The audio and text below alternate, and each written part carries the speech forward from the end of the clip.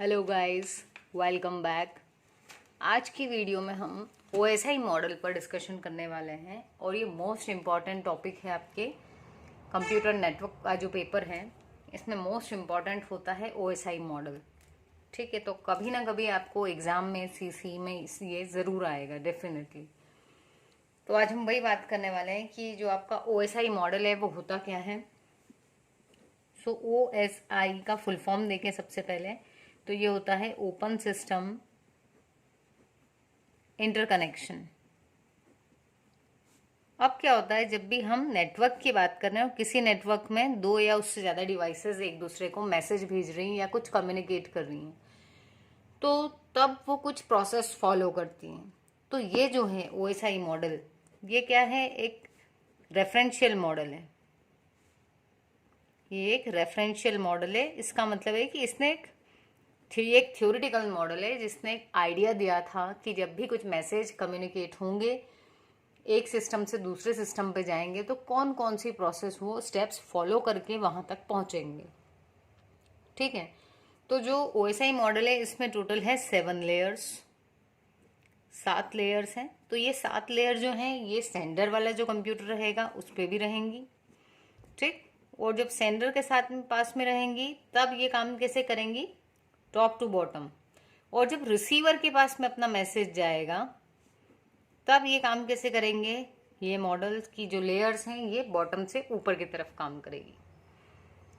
ठीक है, तो सबसे पहले जो हम आज एक ट्रिक की भी बात करने वाले हैं कि ये जो 7 लेयर है इनका सीक्वेंस हमेशा यही होता है। सबसे ऊपर होती है एप्लीकेशन प्रेजेंटेशन, हर किसी के बाद लेयर भी लिखना है। ठीक है, सो application layer, presentation layer, session layer, transport layer, network layer, data link layer and physical layer. इसका ऑर्डर हमेशा यही रहेगा। तो जब हमको ऑर्डर याद रखने की बात आती है तो कई बार क्या होता है, हमको नाम तो याद रह जाते हैं बट हम ऑर्डर भूल जाते हैं। तो इसकी एक यदि ट्रिक की बात करें हम, शॉर्ट ट्रिक, तो शॉर्ट ट्रिक है, अब फिर से टेस्ट नहीं देना पड़ेगा, है ना। तो आप ये लाइन याद रख लो कि भाई हम अच्छे से पढ़ के जा रहे हैं तो अब हमें फिर से टेस्ट नहीं देना पड़ेगा। तो ये जो अब है, अब में जो A है stands for application layer, P है इसका मतलब है आपकी प्रेजेंटेशन लेयर, से सेशन लेयर, ये T आया, T से ट्रांसपोर्ट लेयर, N से नेटवर्क लेयर, देना का D है, D से डेटा लिंक लेयर और P से फिजिकल लेयर। ठीक है, तो अब हमारा वीडियो बहुत ज़्यादा बड़ा ना हो इसलिए हम 1 बाय 1 शॉर्ट में सभी लेयर्स के काम को डिस्कस करते हुए चलते हैं। तो सबसे पहली जो लेयर है हमारी वो है एप्लीकेशन लेयर। तो एप्लीकेशन लेयर का काम क्या है, ये हमको इंटरफेस प्रोवाइड करती है। आप कुछ भी यूज़ कर रहे हैं, मान लो आपका फेसबुक है, ठीक है, तो फेसबुक का आपके सामने जो लॉग इन कर पा रहे हो आप, उसमें पोस्ट अपडेट अपलोड कर रहे हो, कैसे कर रहे हैं हम, क्लिक करके, ठीक है, या मोबाइल से कर रहे हैं तो टच करके कर रहे हो आप। तो ये जो इंटरफेस दिया हुआ है, ये जो इंटरफेस है ये कौन सी लेयर पे काम कर रहा है, एप्लीकेशन लेयर पे। ठीक है, तो इसका मेन काम है ये आपको सॉफ्टवेयर यूज करने की एबिलिटी प्रोवाइड करती है एप्लीकेशन लेयर, ताकि यूजर्स जो भी टास्क परफॉर्म करना चाह रहे हैं वो उसको क्लिक करके या अपना इनपुट दे करके उस काम को इंटरेक्ट कर पाए उस सॉफ्टवेयर से। दूसरी लेयर होती है प्रेजेंटेशन लेयर। प्रेजेंटेशन लेयर जो है इसके काम है आपका जो भी डेटा है, तो सबसे पहले हम क्या करते हैं, एप्लीकेशन लेयर पे कुछ काम कर रहे हैं। ठीक, मान लो आपने कोई मेल लिख दिया है, ईमेल, अब ईमेल आप भेज रहे हो तो वो कहाँ आएगा, पहले प्रेजेंटेशन लेयर के पास। ये क्या करेगी, एनक्रिप्शन और डिक्रिप्शन, ये वर्ड अब बहुत कॉमन हो चुके हैं, है ना, क्योंकि सभी लोग व्हाट्सएप यूज़ करते हैं तो सबको मालूम है उसमें लिखा हुआ आता है messages are end to end encrypted. इसका मतलब है कि जो आपका मैसेज है, कभी भी यदि मान लो ये आपकी एक लाइन थी, ये मैसेज है आज या अब फिर से टेस्ट नहीं देना पड़ेगा, तो ये जब ट्रेवल करेगी नेटवर्क पे तब क्या होगा, ये कोडेड फॉर्म में ट्रेवल करेगी ताकि हर कोई इसको ना पढ़ पाए। ठीक, ताकि कॉन्फिडेंशियलिटी मेंटेन रहे। तो जब हम उसको कोड वर्ड में कन्वर्ट कर रहे हैं तो इसको कहेंगे एनक्रिप्शन। अब हमने कोड करके भेज दिया, जिसको भेजा वो क्या करेगा, उसको वापस से कोड वर्ड से बाहर निकाल के फिर मैसेज बनाएगा नॉर्मल वाला। तो उस प्लेन टेक्स्ट को कहेंगे डिक्रिप्शन, मतलब कोडिंग से उसकी अनकोडिंग करना, दैट इज डिक्रिप्शन। कंप्रेशन हम सब ने देखा है, मान लो कोई मल्टीमीडिया मैसेज है, बहुत ज़्यादा MBs का है, तो जब वो ट्रेवल करेगा तो क्या करते हैं, हम उसको कंप्रेस कर देते हैं ताकि ज़्यादा बैंडविड्थ ना ले, ज़्यादा आपका डेटा ना खाए, है ना। तो ये भी काम किसका है, हमारी प्रेजेंटेशन लेयर का। और इसका एक इम्पॉर्टेंट काम है प्रेजेंटेशन। कई बार हम देखते हैं कि जब आप कोई वेबसाइट ओपन कर रहे हो तो आपका मोबाइल पे अलग आता है उसका प्रेजेंटेशन, ठीक है, या यदि हम बात करें आप उसको डेस्कटॉप पे देख रहे हो, लैपटॉप पे देख रहे हो, तो हर डिवाइस के अकॉर्डिंग भी प्रेजेंटेशन थोड़ी अलग हो जाती है, ठीक है। तो जब बिट्स के फॉर्म में आया डेटा और वापस हम उसको रीडेबल फॉर्म में पढ़ पा रहे हैं, ये किसके कारण, प्रेजेंटेशन लेयर के कारण। फिर तो मान लो आपका डेटा, आपने मेल बनाया, वो आया प्रेजेंटेशन लेयर के पास, इसने क्या किया, वो प्रोवाइड किया किसको, सेशन लेयर को, क्या करके, उसको एनकोड करके और कंप्रेस भी कर दिया। तो अब डेटा आ गया सेशन लेयर के पास। ये क्या करेगी, अब ये सेशन बनाएगी, है ना। कई बार आपने देखा होगा ऐसा लिखा हुआ आता है कि session, your session is time out. तो क्यों होता है ऐसा, कि जो सेशन लेयर रहती है ये मेंटेन करके रखती है सेशन, तो जितना आपका मैसेज पहुंच चुका है उतना भी मेंटेन करेगी, और यदि बीच में सेशन ब्रेक हो गया तो ये वापस उसको क्रिएट जब आप करोगे सेशन को, यदि नेटवर्क कनेक्टिविटी के कारण इशू था, तो ये जहां तक डेटा जा चुका है उसके बाद के मैसेजेस भेजेगी, ठीक है। तो आपको रीट्रांसमिट नहीं करना पड़ेगा उस केस में।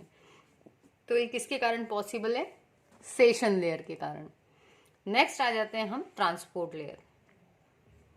तो सेशन लेयर ने सेशन क्रिएट कर दिया, जब आपका जो डेटा था वो किसके पास आया, मैसेज जो था कंप्लीट वो आया ट्रांसपोर्ट लेयर के पास।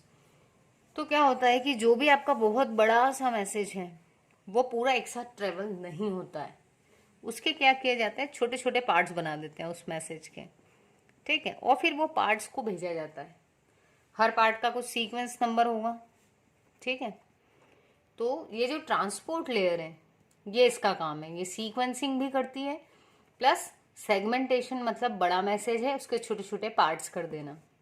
तो जब ये सेंडर के साइड पे हम भेजेंगे, जब आप बना के कुछ मैसेज भेज रहे हैं तो ये उसके छोटे छोटे पार्ट बनाएगी, और जो रिसीवर रहेगा उसमें जो ट्रांसपोर्ट लेयर रहेगी वो क्या करेगी, छोटे छोटे पैकेट्स को फिर से जमाएगी एक सीक्वेंस में और पूरा बड़ा मैसेज क्रिएट कर लेगी, ठीक है। तो हम ट्रांसपोर्ट लेयर में क्या देख रहे हैं, ये क्या कर रहा है, पार्ट्स कर रहा है, एंड देन दूसरी साइड में जाके ये रीअसेंबल।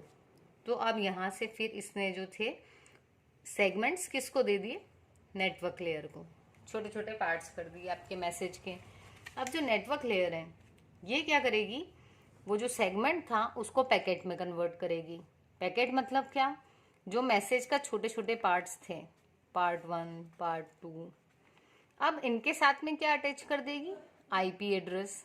तो किसका किसका IP एड्रेस, सेंडर का भी रखेगी, रिसीवर का भी IP एड्रेस, ताकि हमें ये पता चल सके कि मैसेज कहाँ से आया है, ठीक है, और किसके लिए भेजा जा रहा है।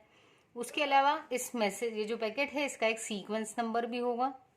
तो एक जो छोटा पैकेट था उस पैकेट में ये और कुछ इंफॉर्मेशंस को ऐड कर देगी।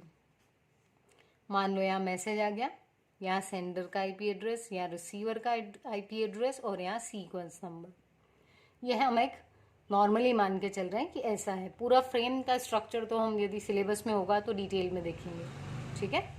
तो अब जो एक पैकेट था, जो आपका एक सेगमेंट था, वो पैकेट बन चुका है। अब ऐसा ये हर किसी सेगमेंट के लिए बनाते जाएंगे, ठीक है। तो नेटवर्क लेयर का काम क्या है, IP एड्रेसिंग करना और राउटिंग करना। राउटिंग का मतलब है कि जब नेटवर्क है हमारे पास में तो उस नेटवर्क में बहुत सारे डिवाइसेस कनेक्टेड हैं, ठीक है।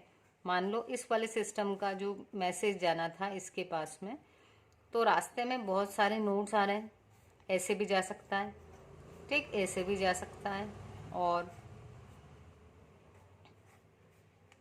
कैसे भी आपका मैसेज जा सकता है।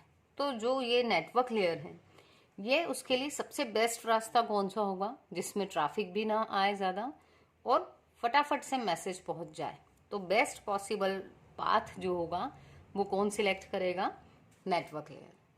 ठीक है, इसके बाद में जब इसने पैकेट्स बना दिए, ठीक, पैकेट्स बना दिए और वो किसके पास आ गए, डेटा लिंक लेयर के पास। तो जो आईपी एड्रेसिंग हुई थी, इससे हम क्या कर रहे थे, अगर किसी की जो लैन थी वहां तक मैसेज पहुंचा पा रहे थे।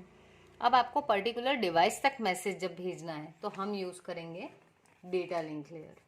ये क्या करेगी, इन पैकेट्स को फ्रेम्स में कन्वर्ट कर देगी। तो ये जो पैकेट था इसमें और डिटेल्स ऐड हो जाएगी।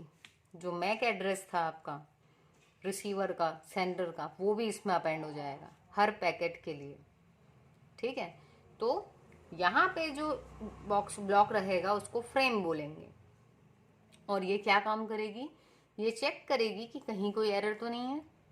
ठीक है, सेंडर साइड पे भी और रिसीवर पे भी चेक करेगी। उसके अलावा ये चेक करेगी फ्लो कंट्रोल। फ्लो का मतलब होता है स्पीड।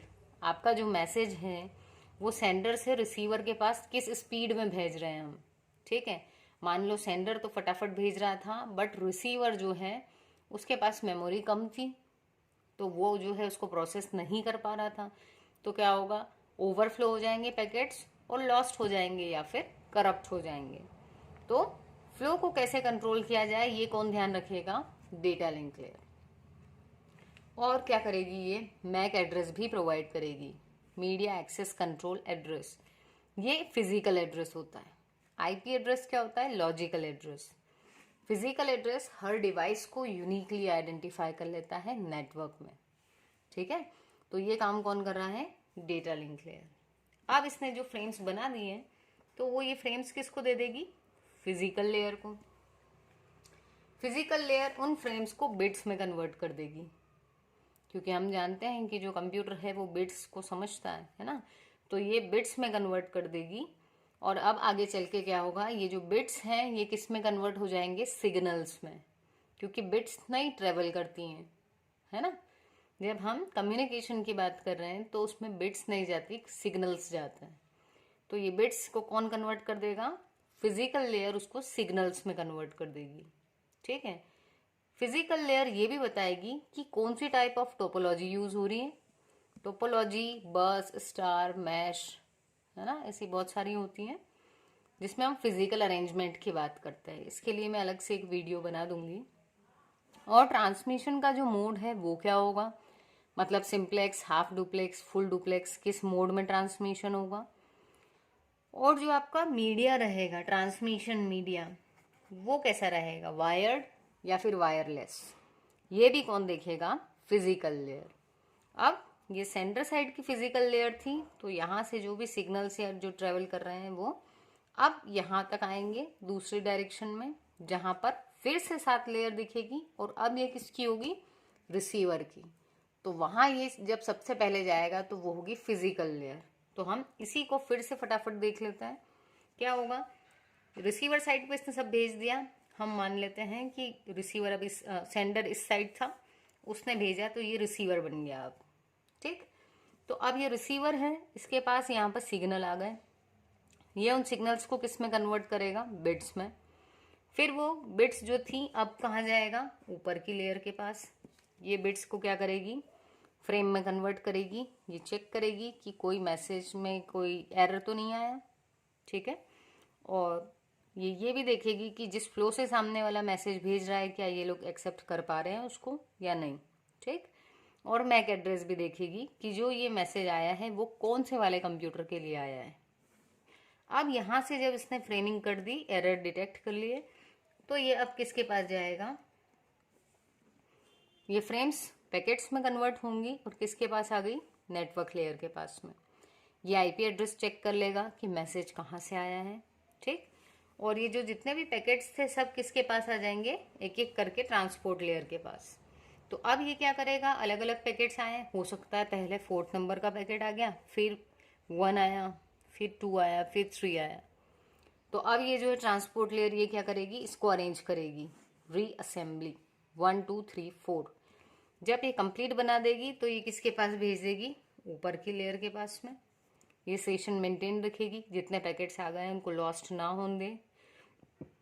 अब ये वाला और ऊपर जाएंगे सब पैकेट्स, पूरा मैसेज जब आया प्रेजेंटेशन लेयर के पास तो वो एनक्रिप्टेड होगा, कोडेड होगा, क्योंकि ट्रेवल करके आया है दूर से। ये डिक्रिप्ट होगा, ठीक है। और जो भी हम सॉफ्टवेयर यूज कर रहे हैं उसके अकॉर्डिंग वो प्रेजेंटेशन कन्वर्ट कर देगा उसकी। अब जैसे ही ये इसके पास आएगा तो यहाँ पे हम जो यूजर था वो बैठा हुआ था और वो क्या कर रहा था, सॉफ्टवेयर को यूज कर रहा था। तो मैसेज उसके पास फाइनली सामने आकर के ओपन हो गया, ठीक है। तो क्योंकि वो यहाँ से होते हुए आया, डिक्रिप्ट होते हुए आया, तो अब यूजर उस मैसेज को इजीली पढ़ लेगा। तो ये था हमारा OSI मॉडल, जो कि क्या है, मोस्ट इम्पॉर्टेंट है कंप्यूटर नेटवर्क में। सो गाइस, आई होप आपको समझ में आया होगा।